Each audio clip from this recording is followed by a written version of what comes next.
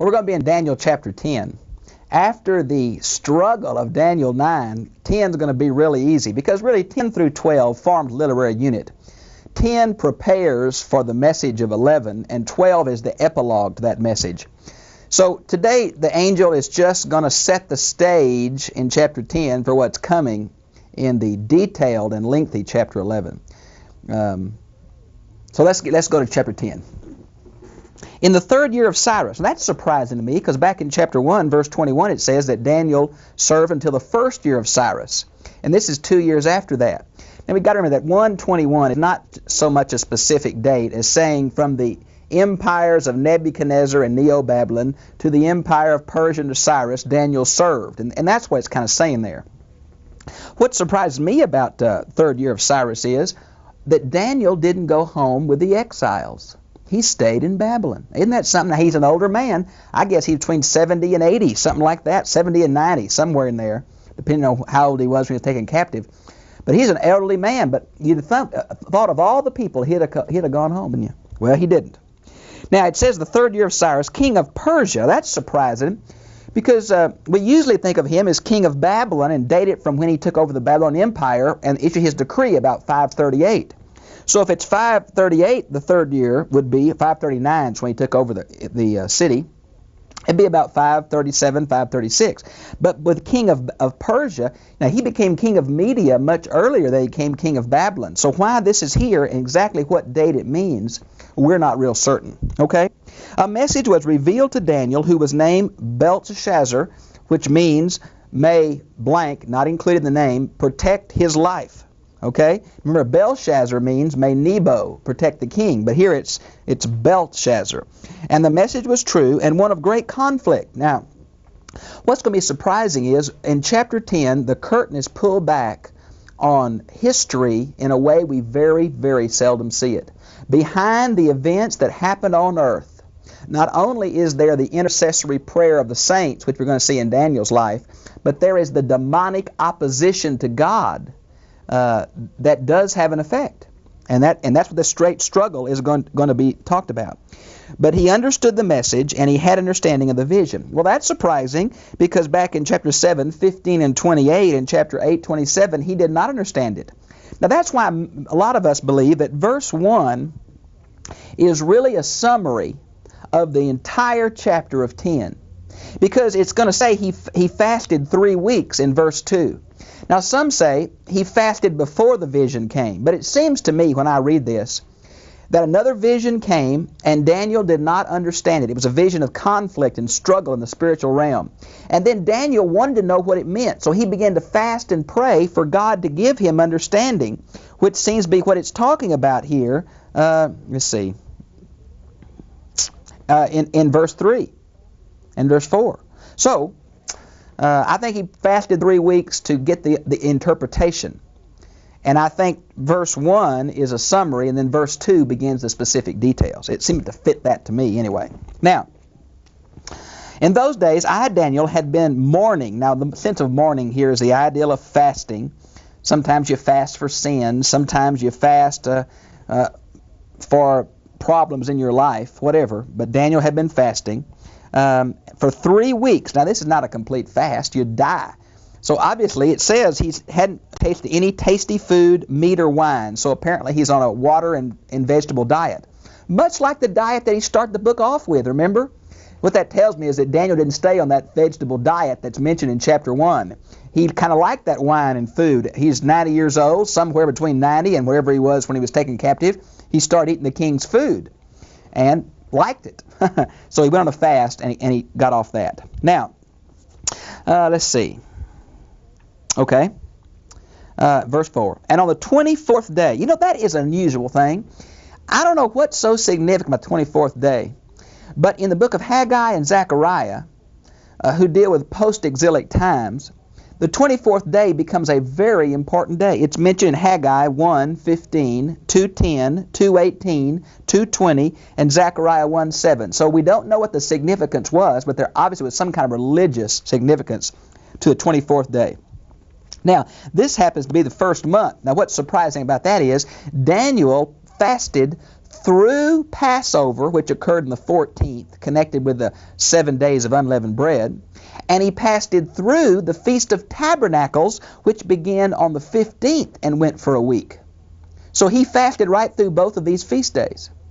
It shows how serious he was, how emotionally distraught with what he had seen. Then it says, I was on the bank of the great river, the Tigris. Now, used in the Old Testament, the term great river means the Euphrates. The fact that it's here, the Tigris, has been some amount of controversy among commentators. Now, the Tigris is the tributary that's north of the Euphrates, if you look on a map, and the city of Nineveh was located on the Tigris. Babylon is located on the Euphrates. Now, it seems to me that Daniel had been assigned some governmental assignment, some governmental task, and he was simply there in this area of the empire when the vision came. Either that or he was transported here by the vision. Now, which it is, I'm not sure. And I lifted my eye and looked, and behold, there was a certain man dressed in linen, whose waist was girded with a belt of pure gold, the gold of... Now, I have Uphaz, and I'll come back to talk about that. Look in verse 6, what it says about him. Why, this is one fancy angel, I want to tell you. He is dressed marvelously. Matter of fact, the descriptions used of this man in verse 6 are used in the letters to the 7 churches in Revelation chapter 1, 2, and 3 to describe Jesus himself. Many have said it's the incarnate Christ then. No, because then in verse 13, an evil angel is going to hold this guy up for 21 days. And I don't think any evil angel could hold the Messiah for 3 weeks. So I just can't buy it's the Messiah. But let's look at this guy. He's dressed in linen. That's usually the white linen was the covering of the priest. And so we learn from Luke 24:4 that those angels were dressed in brightness. We learn from Acts 1:10 they were dressed in white. So apparently angels came dressed in white, bright linen. And that's the idea here. Now the belt or the girdle of gold. Now mine has the gold of Uphaz. Some have a different name. You might want to see Jeremiah 10:9 where this place name seems to be mentioned.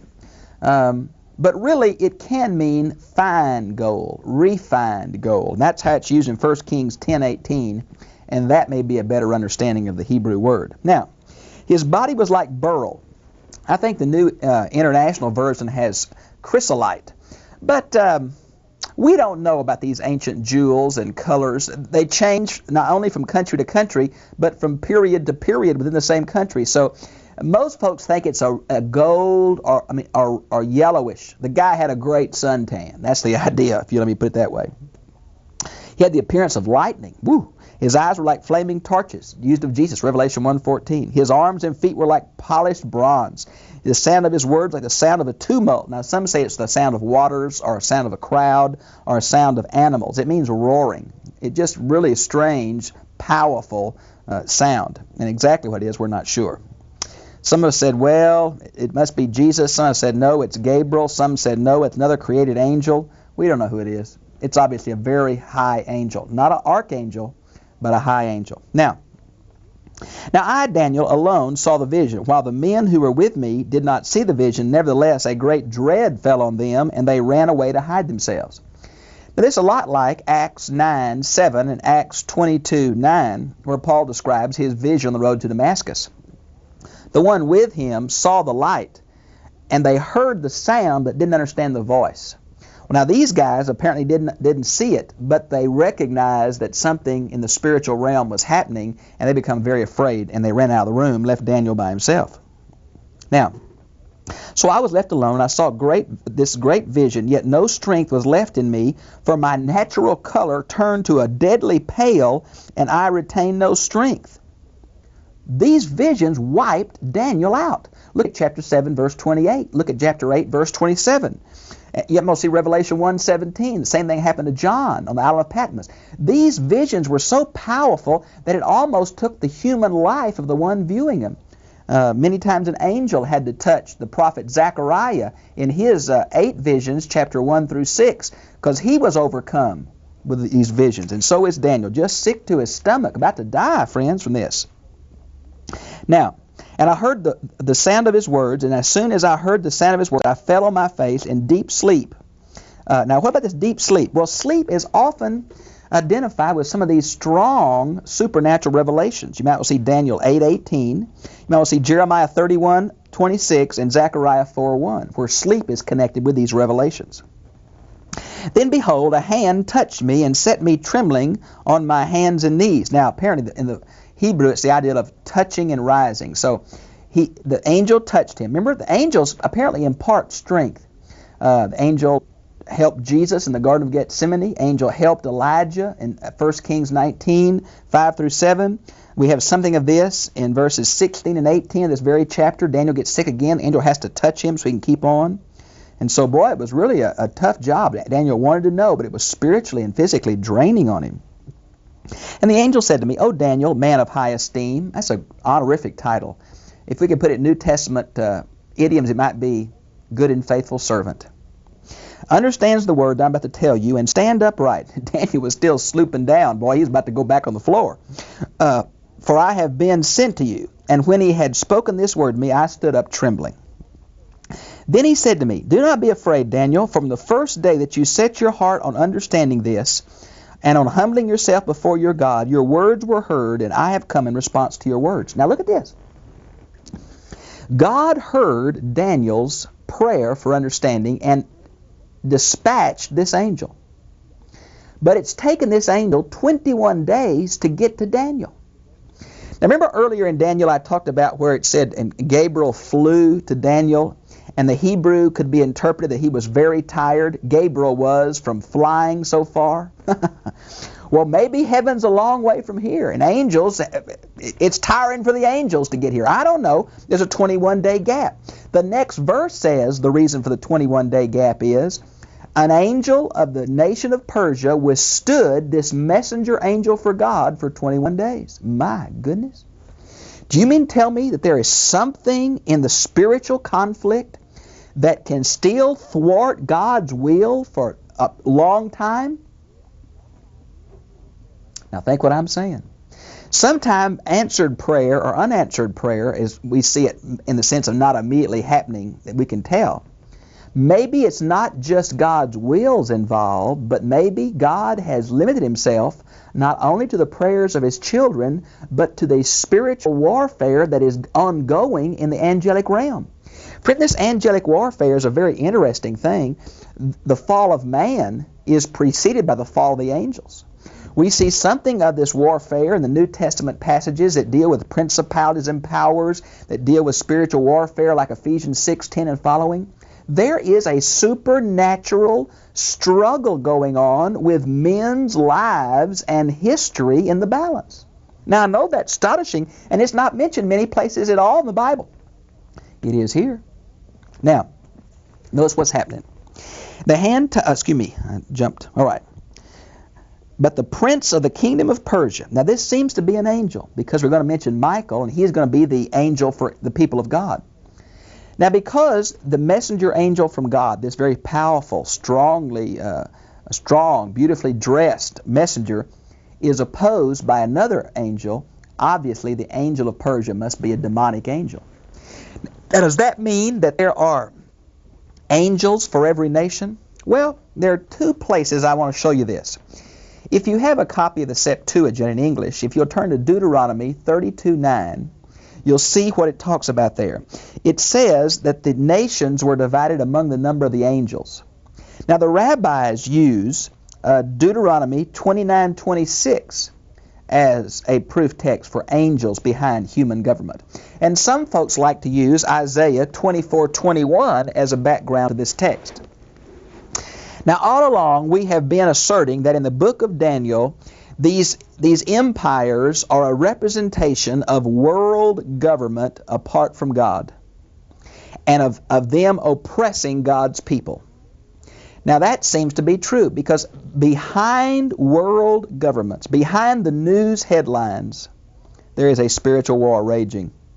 And the governments of the world are controlled by supernatural demonic forces. Yes, America too. And something of the struggle between God and the evil one has dropped down into human history. Now that's heavy. I know that's heavy. But that seems to be exactly what this is saying, that God will overcome human government. Isn't the book of the Revelation, which uses the whore of Babylon as both economic system and religious system, as human governments opposing God's people, isn't that the same truth put in a little different form in a different period? I think it is. So here we have the angel of the kingdom of Persia was withstanding me. Wow. For 21 days. My goodness. And behold, Michael, one of the chief princes, now he's called an archangel in the New Testament. You might want to see Jude 9 and Revelation 12:7 where he's mentioned. Now I don't want to say he's the prince of the Jews only. I want to say he is the angel for the people of God. You mean there's a national angel as well as individual angels for believers? I think so. Now I don't understand how individual angels can be helpful when we have the indwelling Holy Spirit, but I know that Jesus was God incarnate and angels ministered to him. So, here comes Daniel, the archangel, the people of God, to help this powerful messenger angel get through this demonic conflict. My goodness. Now, of course, the word Michael means who is like God, okay? And, boy, I tell you, it's really amazing me to show what's happening behind human history and happening in our prayer lives. Boy, we've got to hang in there because we don't know all that's involved. Now, I have come to give you understanding of what will happen to your people in the latter days. That's what Daniel's been asking. And that's what Daniel's so upset about. Daniel said, remember back in chapter 9, the 70 years are almost up. God, what are you going to do? And God said, well, Daniel, I'm going to restore you. But Daniel, I want you to know that your people are going to be taken again and hurt again and destroyed again. The temple's going to fall again. And Daniel says, oh, no, my goodness. He was hoping for a restoration. What God showed him is there will be a restoration for a period, but there's going to be another fall and another restoration. How many, we don't know. And so that's what Daniel's concerned about, the latter days, when these things will occur. For the vision pertains to the days of the future, and I would say the days of the Messiah. And when he had spoken to them according to these words, I turned my face toward the ground and became speechless. He's still wiped out physically over this as well as emotionally. And behold, one who resembled a human being was touching my lips. Now, is that the angel dressed in the bright white with a gold belt? Is it Michael? Is it another angel? We just don't know. And there's supernatural people all over this chapter, I want to tell you. Touching my lips, much like what happened to Isaiah in Isaiah chapter 6. And yet here, it's for strengthening, not cleansing. Then I opened my mouth and spoke and said to him who was standing over me, O my Lord, as a result of the vision, anguish has come upon me, and I have retained no strength. He's sick as a dog over this. For how can such a servant as my Lord talk with such as my Lord, as for me, there remains just now no strength in me, nor any breath left in me. Daniel said, I'm about to die. And the angel's going to touch him again. Then this one with human appearance, touch me again and strengthen me. Remember how the angels strengthened Jesus? How the angels strengthened Elijah in 1 Kings 19? How the angels ministered to him, So, I don't understand all that, but obviously it's a truth. You might read Matthew 18 for that we have angels with us. Then they said, O man of high esteem, do not be afraid. Peace be with you. Take courage and be courageous. Now, as soon as he spoke to me, I received strength, and I said, May the Lord speak. Now, notice the word Lord here is not the all capitals title for God. It's just owner, master, or Lord, which is a title of respect that Daniel's using for these angelic speakers. All right? Now, verse 20. And he said, Do you understand why I came to you? Now, he's asking Daniel, and Daniel says, I don't understand all this. These angels quite often use questions as a way to bring man to say, no, help me. No, I don't understand. No, speak to me, okay? Then he said, Do you not understand why I came to you? But I shall now return to fight against the prince of Persia, so I'm going forth, and behold, the prince of Greece is about to come. This angel says, look, Daniel, you got to get your strength back, fella, because I got to go back out to this fight. I can't stay with you long. God sent me to tell you this, but there's trouble out there, right here in Denver City, and I've got to go out there and fight again, so you got to get your strength so I can tell you what this means so I can get back out there. Isn't that amazing that behind world history is this kind of spiritual struggle that apparently is ongoing between the angels of God and the angels of the evil one? Isn't that astonishing?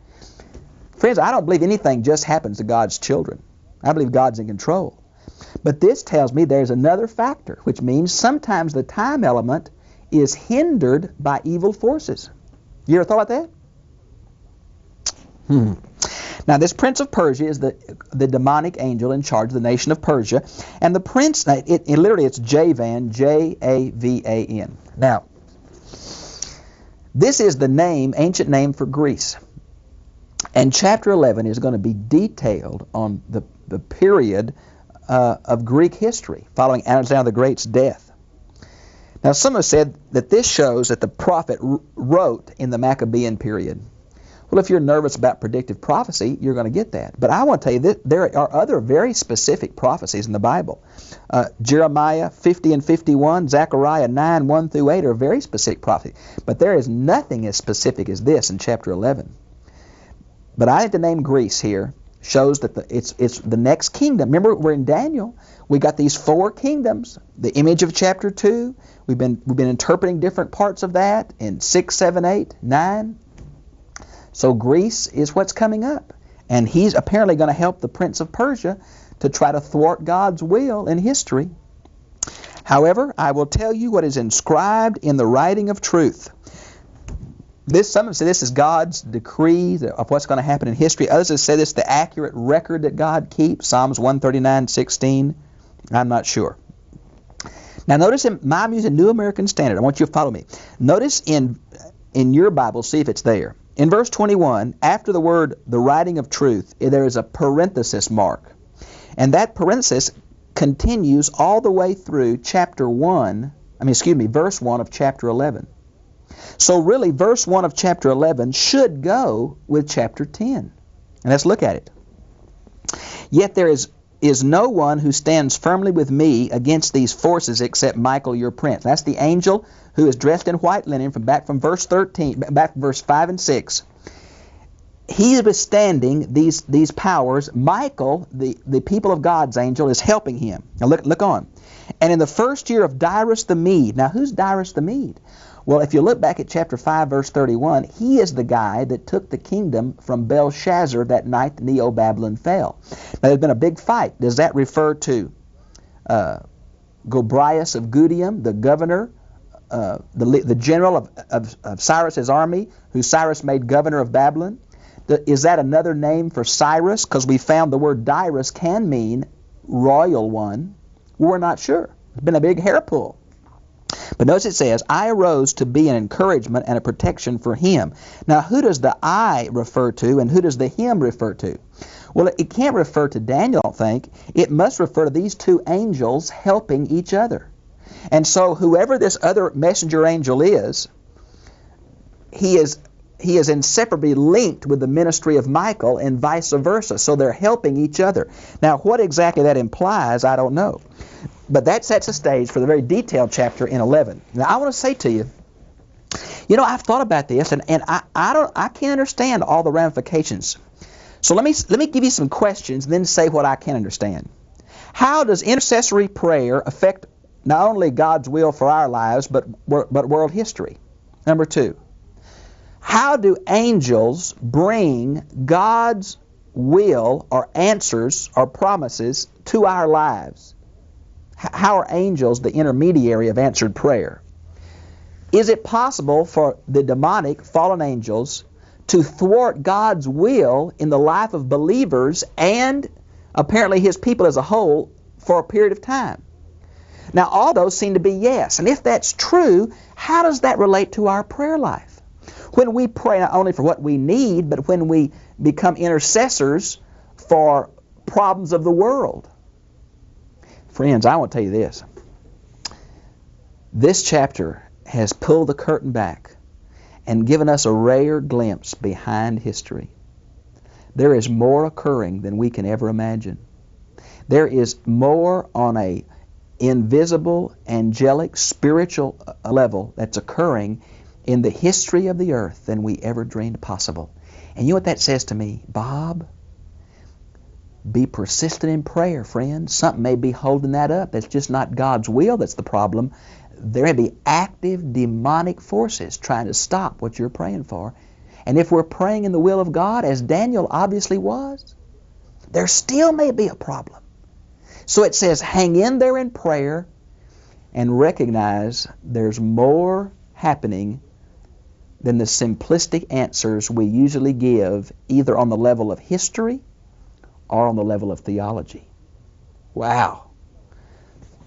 I wish I knew more about this. Our curiosity just gets all over us. I think we're going to be so surprised when we get to heaven and we see the way things really are. We're going to say, wow, I didn't understand that. For us, it's very important that we stay faithful to God and we stay active in His service, both with our prayer and with our lives. And friends, I think more is involved than we'll ever dream of. We have more power in the name of Christ than we ever could imagine. We need to use it in intercessory prayer for others because there really is a struggle. Not only of sin nature in us, but there is a struggle in the angelic realm. There has been a fight. There is a fight. There continues to be a fight. Hang in there, Christian.